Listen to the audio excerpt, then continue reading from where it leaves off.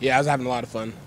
Before the game, me and the guys just going out there for pregame, and it was just pouring. There was no hiding from the rain, so I feel like the best way to just get out of that funk or any mindset of you don't want to be out there, like you can't hide it, so you might as well embrace it. Trey Lamar really had a good game. How proud are you of him and how he was able to handle that offense really for the first time for him? I'm really proud of Trey for a team like Georgia Tech and to be so disciplined and key, discipline on your read. And for him, he learned another new position as well. They had him kind of on the in the trenches a little bit as well as linebacker. So he had a big workload, during the week. But let's compliment his preparation. He prepared very well, and it showed up on Saturday. Was it a point of emphasis to kind of get that swagger back into you guys? I mean, you get a play and you were sitting on the ground.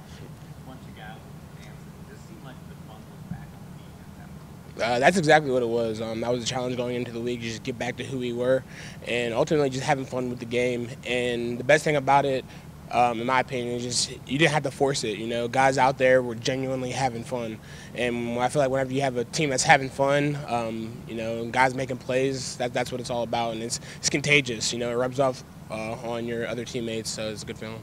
Dorian, two-part question here with that NC State. Quarterback Ryan Finley's thrown one interception on the year. What have you seen of him on tape that lets you know how good he is at protecting the ball, and how do you force him to get mistakes? How do you make him uncomfortable? He's a very poised quarterback, and mostly he makes good decisions. He doesn't put himself in a situation to where defenses can make plays on the ball.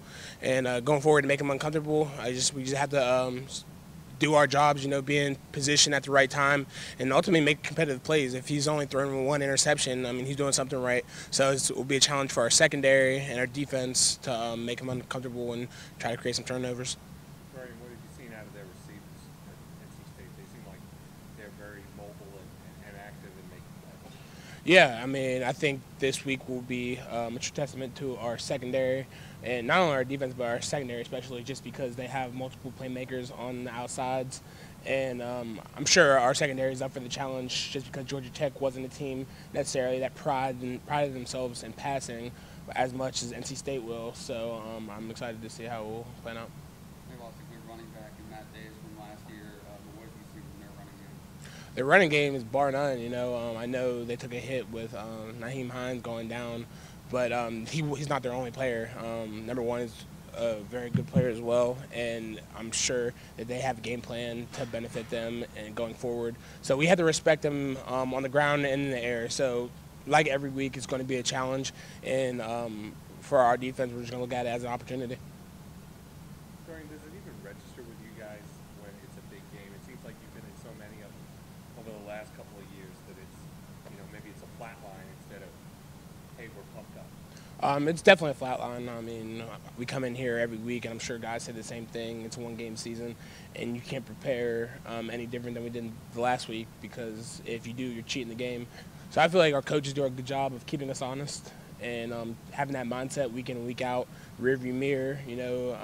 Next game is the biggest game of the season because it's the next one, and guys really buy into that, and I think that's a really good thing to have for a team. What about last year? They lined up with the field goal in the regulation, 33 yards. In your mind, I really wasn't thinking about losing that game just because just how everything was happening.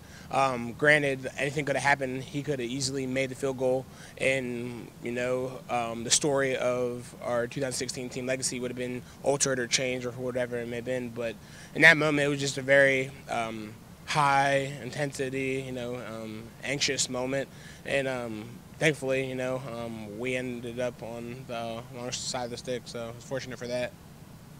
I know you would play whatever time they gave you, but you have to be kind of happy about an afternoon road game for a change, not getting back at 5 in the morning, that sort of thing. Absolutely.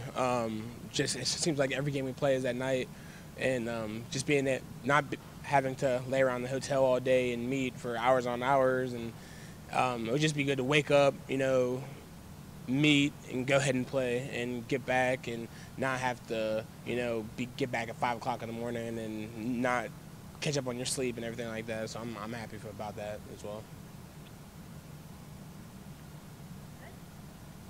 Thank you.